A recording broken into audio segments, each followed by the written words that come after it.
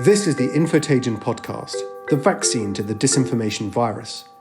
In the USA, the Stop Hate for Profit campaign has persuaded major brands like Coca-Cola, Adidas and Unilever to pause their advertising on Facebook and demand that the company does more to stop the spreading of harmful content on their platform.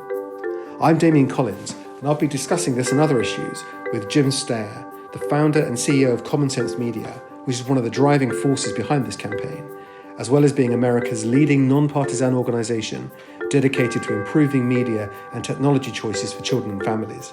He's also a professor in the Department for Political Science at Stanford University in California. We'll also be hearing from our resident expert, the disinformation analyst Dr. Charles Creel. Jim, it's fantastic to have you on the Infotagion podcast. I've long admired the work you do at Common Sense Media, and hopefully we can talk a bit about that. But I wanted to really start off on this latest initiative that you've been leading with other partners called Stop Hate for Profit, which is targeting advertisers, asking them to pause their Facebook advertising. Perhaps you could tell us a bit about how this started. Sure. Well, we decided to launch Stop Hate for Profit because we are deeply concerned about the proliferation of hate speech, racism, anti-Semitism, and a ton of inappropriate content that has been on the Facebook platform and amplified on the Facebook platform for years. And basically, we felt that enough was enough. So Common Sense Media initiated this campaign. We joined with the Anti-Defamation League, the leading anti-Semitism group in the US, and a couple of important civil rights groups, the NAACP and Color of Change, to basically ask advertisers in the United States to boycott Facebook for at least 1 month, the month of July, and then to consider other measures that would hold Facebook accountable. And that campaign has been an extraordinary success. We've had over 1,000 major advertisers join us, and now we're bringing it to the UK and Europe because we want advertisers and consumers and nonprofits here in the UK to join us. And it's, you've had a huge success in terms of the number of advertisers that are signed up for this, and this seems to be a bit of a step change because advertisers in the past maybe have been slightly more reluctant to get involved in these debates. That's right, Damian. We wanted to hit Facebook in the wallet. We wanted to hit Facebook where it counts because we've been speaking to the top executives at Facebook for several years. In my case, almost a decade, telling them to clean up their platform, sometimes from the standpoint of kids and families, but increasingly for the fact that they've allowed the platform to be used for election interference, but mostly for amplifying hate speech and anti-Semitism and racism and white supremacy. And so we basically thought that the best way to fully get their attention and hopefully force them to change their standards and their behavior was to get advertisers to withhold money from them. And so far, as you said, Damian, it's been a great success.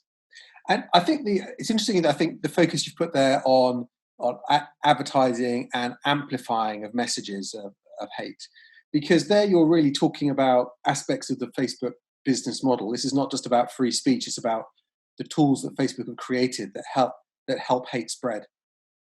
Facebook is basically the centerpiece of many of the hate groups in the world. It's really shocking if you think back on it. If I will speak in the US context, but 5 years ago, white supremacy and the far-right racist extremists were basically under rocks somewhere or were tiny little groups never heard of. But they used the Facebook platform to spread their messages, and Facebook willingly amplified those messages. And that was the place where so many of the violent behaviors were planned on that platform.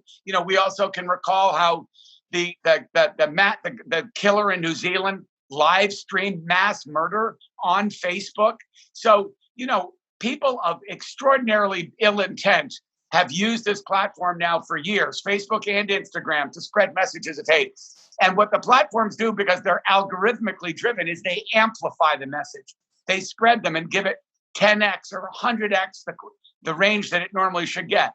And this is not a free speech issue. That's just a bogus argument. This is an issue of lack of corporate responsibility and basically of a monopoly company doing whatever it wants to do under the guise of a so-called free speech rationale. Yeah. Because I mean, often the debate focuses on individual pieces of content because they get discovered and they get talked about certainly if they're promoting hate or targeting people unfairly or spreading lies. But I think what's interesting about what you're doing is it seems to be more fundamental about the model. I mean, hate speech may be there, but it reaches an audience because Facebook tools help it reach an audience. And I was very struck, and we've talked about this on the podcast before, by the leaked internal report from Facebook, I think, based on the work they were doing in Germany trying to counter hate speech, that said that I think it was 64% of people that joined extremist groups on Facebook did so at the recommendation of Facebook. Correct. It's shame on them. Shame on them, Damian. Honestly, if you think about it, and if you think about the top executives, Mark Zuckerberg and Sheryl Sandberg and Nick Clegg from the UK, shame on them. They know this is happening on their platform, and yet they've refused to stop it. And we began this campaign, as I said, to hit them in the wallet, but also it better lead to regulatory action in the UK and in the United States and around the world, because these folks have proven themselves incapable of self-regulating. And I really mean it. It's just completely offensive, and it's inimical to values of civic discourse and to norms of democracy. One of the things that, even though this is really a civil rights and children's movement, it's really inimical to the norms of democracy and to healthy civic discourse. And the idea that a platform with well over 2 billion users, larger than Christianity, having more members and users than Christianity, would promote and amplify some of the most hateful content and revolting messages and be the platform where people organize around that is really shameful. Sorry about it, but I that's why we started this, and that's why we need companies in the UK and the audience for this podcast, all in the UK and around the world, to join in, because enough is enough.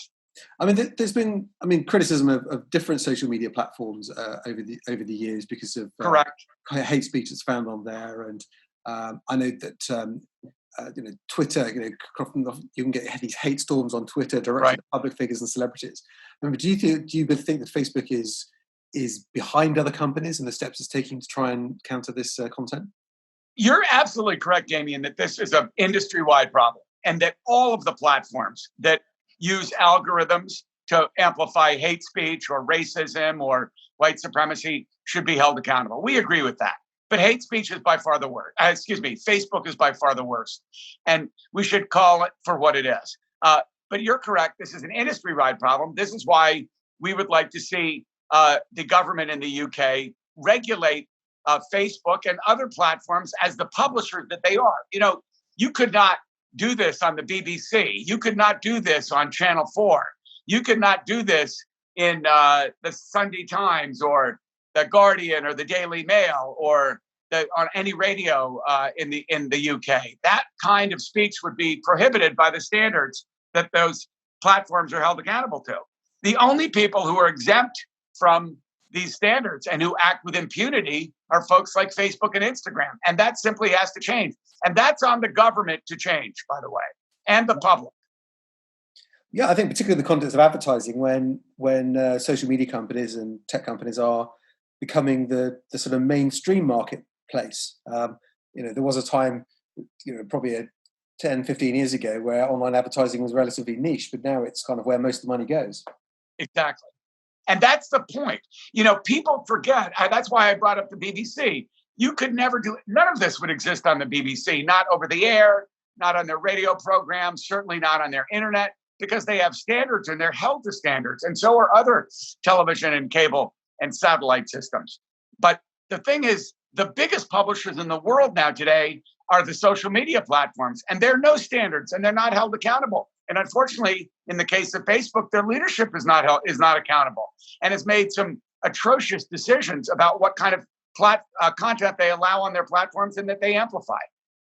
I mean, Common Sense Media, you've worked for many years, I suppose, promoting safe usage of media, broadcast media for families in particular, by rating content. And I mean, do you think the issue is that the sort of tech platforms have developed so fast that the sort of standards and regulatory models that we've created around other media just haven't been developed yet for technology? And at a time when the consumer probably regards broadcasting through the internet as just as much television as broadcasting into the television set in your house. But we need more common standards. Absolutely correct, Damian. And look, you're one of the most important MPs in leading that charge. And Common Sense Media has a big office now in Europe. We're in London, and we've done a major distribution partnership with Sky, so that we're now all of our ratings and reviews. You mentioned Common Sense Media. What we're best known to the public for is our movie and TV ratings and reviews. You can now find them on Sky, and they're going to be soon coming to other UK platforms and European platforms. We're also going to be taking our digital citizenship curriculum. That's the centerpiece of our education work into the schools here into the UK. And we're going to need the help and support of the British education system and other really good NGOs to do that. But we are, in fact, now the largest tech advocacy group in the world. And what's one of the reasons why we came over and opened a London office and got to know folks like you.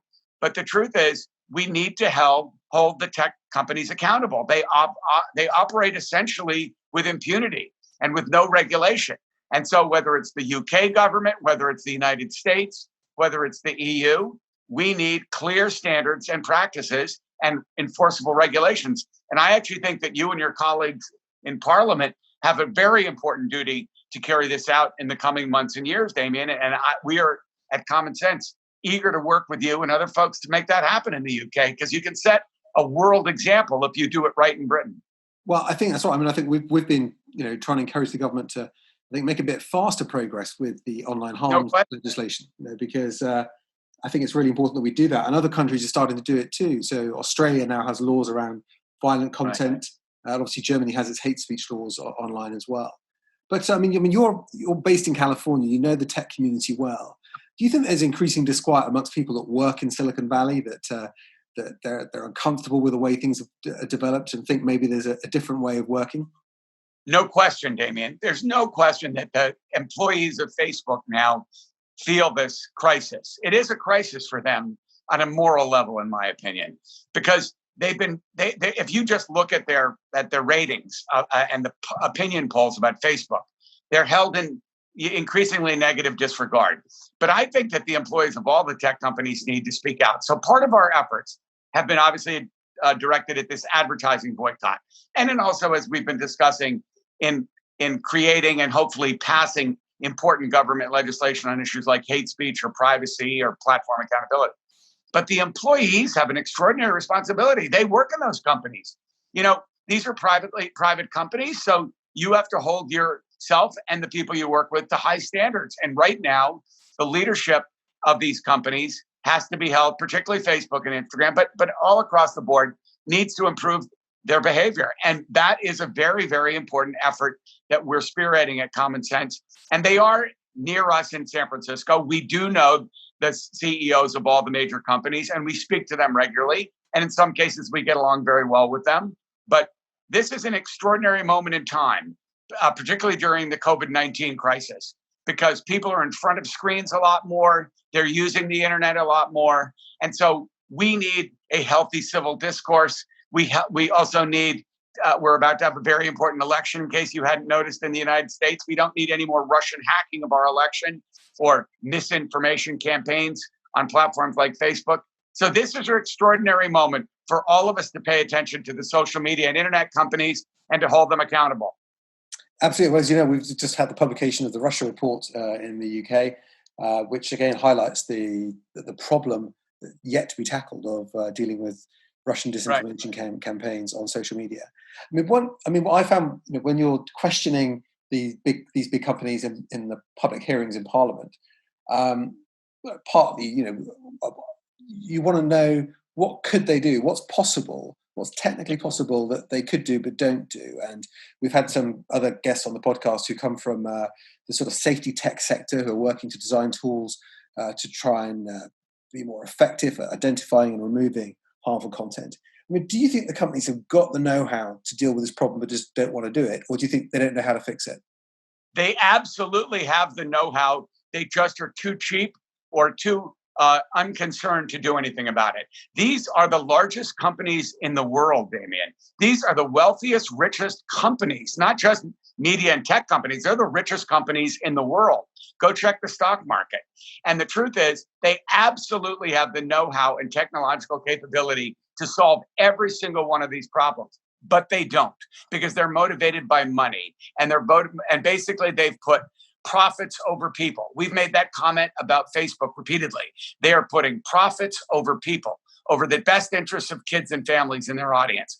And so they absolutely have the know-how and they have the resources. The problem is they've not been held accountable and they act with impunity. So that has to end.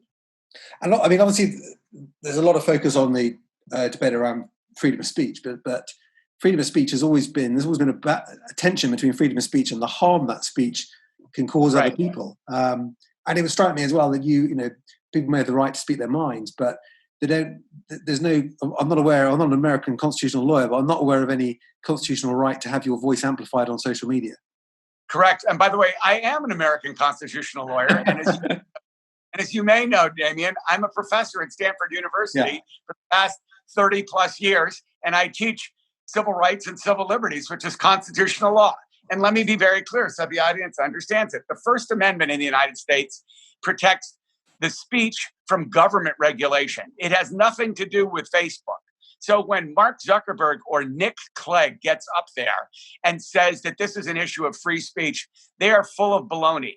They would flunk my 5th grade civics class when they say that free speech trumps all other values in society. I mean, the free speech is an important balancing exercise. And by the way, our motto at Common Sense Media is sanity, not censorship. And I am a very liberal supporter of free speech. But there's a balance that has to occur. When you're promoting hate speech, when you're promoting violence, when you're promoting openly racist and white supremacist behavior, there's limits on that. But you can't. Free speech is a balancing act. It's an important one, and it's one where all of society should be engaged. And we have to have an important public discussion about what the right standards are. But the idea that free speech trumps all, which is what Zuckerberg and Nick Clegg and others have put forward, is a sophomoric and fatuous description of values in our society. And no one can take that blanket argument seriously. But that's an important discussion for us to have in the public sphere, and also for legislators to understand before they pass important and common sense regulation. Absolutely. Well, perhaps we could suggest that Nick Clegg pops down the road to see you at Stanford, and you could give him a bit of a ABC guide to. I think Nick Clegg is afraid to debate with me because he knows he would be wrong, and he may be a fine, respected UK politician, but he's sold his soul in the work he's been doing for Facebook. That certainly seems to be the case from our vantage point. And the truth is, I'm tired of hearing these simplistic descriptions of free speech as if, that would have been, if Facebook had been around in the 1930s, then Hitler's final solution would have been everywhere. And Nazism and some of their distorted and horrible policies would have risen far more broadly and more quickly. I mean, really, imagine if Facebook and Instagram had been around during the 30s and 40s, during Nazism or during the height of fascism, because no controls would have existed. And imagine how they would have used those platforms to both organize and then carry out some of the most abominable acts in the history of humankind. So this is what we're talking about. You have to remember, when you've seen this huge rise in far-right fascism and crazy white supremacy stuff, and in the United States, all the overt, naked racism that we thought we had put behind us, much of this is because these creatures have been allowed to fester, if you will, on Facebook and Instagram and amplify messages to people around the country and around the world who are vulnerable to those kind of messages. And so it's a really major societal problem that requires all of our attention. And Common Sense wants to work with folks like you, Damian, and other people in the UK to strike a balance and to restore civic discourse and humanity and free, unbiased elections. It was interesting you mentioned the 1930s because, of course, President Roosevelt created the Federal Communications Commission. Correct. And I noticed that part of its remit was to stop radio stations falling into foreign ownership and stop monopolies. And I wonder what he'd make of the current structures of social media today. FDR would be turning over in his grave, and so would Winston Churchill, and so would many other great leaders in our history, because you've seen this extraordinary proliferation of hate speech and behavior. The problem is the speech leads to behavior and leads to terrible things. And it's a major problem in our country, but it's a problem in the UK and Europe as well. And it's time for us to have common sense regulation of this, to have standards that allow for many different voices. Again, I'm a civil rights and civil liberties professor at Stanford University. And we're big believers in free speech and in the right of people to say what they believe. But there have to be standards, there have to be limits, there have to be balance. And right now, on the social media platforms, particularly Facebook, there's none. And they're making money off it. That's why we call the campaign Stop Hate for Profit, because they're making billions of dollars off of amplifying these kinds of messages and behavior. And that's wrong. Now, Charles Krill, you're with us again on the podcast. It's great to have you here. What we've been talking about, but what's caught your attention in the last few days? Well, thanks, Damian. Just to back Jim up a bit there, what's caught my attention now is QAnon. We've talked about QAnon before, but in a new move that seems to be leaving Facebook in the dust, disinformation-wise, Twitter has now stepped up yesterday and cracked down on QAnon conspiracy theory and the users that are promoting it. For folks that don't know, QAnon is a loosely knit theory, and it holds that Donald Trump is secretly waging an undercover war against the cabal of Hollywood celebrities and DC Democrats who allegedly run a secret pedophile network that's supported by the deep state and hold their meetings in Chuck E. Cheese's dotted around the Potomac, you'd assume. This is the same Donald Trump, of course, that wished Ghislaine Maxwell well earlier this week. But this is the kind of online disinformation that you would expect to see promoted by a bot, a Mr. Number in their @handle account on Twitter, operated out of St. Petersburg, as well as some unhinged extremists. But QAnon is also the kind of online conspiracy that you would expect to see tweeted by Donald Trump, if not a normal president. And in fact, Trump has retweeted more than one QAnon theory. So the folks at Twitter have now decided that they've had enough, and they've announced a broad crackdown on accounts related to QAnon theory. They're blocking URLs associated with the idea, and they say they'll no longer recommend content or accounts that promote the theory. And a Twitter spokesman said that QAnon resulted in, quote, well-documented informational, physical, societal, and psychological offline harm. Now, a lot of this language here is important. Offline is really important. Harm is really important. But also, Twitter didn't say that they'd ban accounts, although I'm assuming that they will. What they said is they'll stop promoting content and accounts.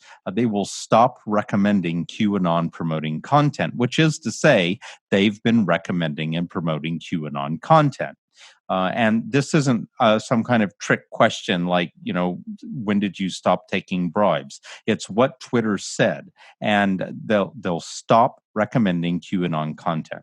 Twitter is way ahead of the game by comparison to Facebook and Google, but it really begs the question, why would they be promoting the content in the first place? And the answer is simple, and we've heard it on the show today. It engages people. It makes money. People retweet it, whether in agreement or out of outrage. Angry people click more, and the more people engage with an advertising platform, then the more money that platform makes for its founders. That's exactly right, Charles. Very well said. I mean, and you're right. What took Twitter so long to ban these guys? What are Facebook and Google doing about it? It's ridiculous. If you just think about it, there's been so much disinformation out there and conspiracy theory around the coronavirus. And let's be honest, our country's response under Trump has been a complete and utter disaster. And to be honest, the UK's response under Boris hasn't exactly been fabulous. And there are terrible mistakes that have been made by the governments. But you've also allowed the amplification of this conspiracy theory garbage around coronavirus, which has had devastating consequences for the UK and for the United States and other parts of the world. And so you're absolutely right about QAnon, Charles. And it just reflects this broader pattern where profits trump everything. And that's insane. That's precisely it. Profit does trump everything, and this culture around Silicon Valley of startups and the means of investment and quick exits and so on, with no regard for ethics, is a real issue. But it also is precisely what informs these social media platforms that won't come toe the line. You're right, Charles, and you're talking to the head of the leading organization in the United States and globally on these issues. And we're outraged, but we're delighted to hear folks like you and Damian speaking out.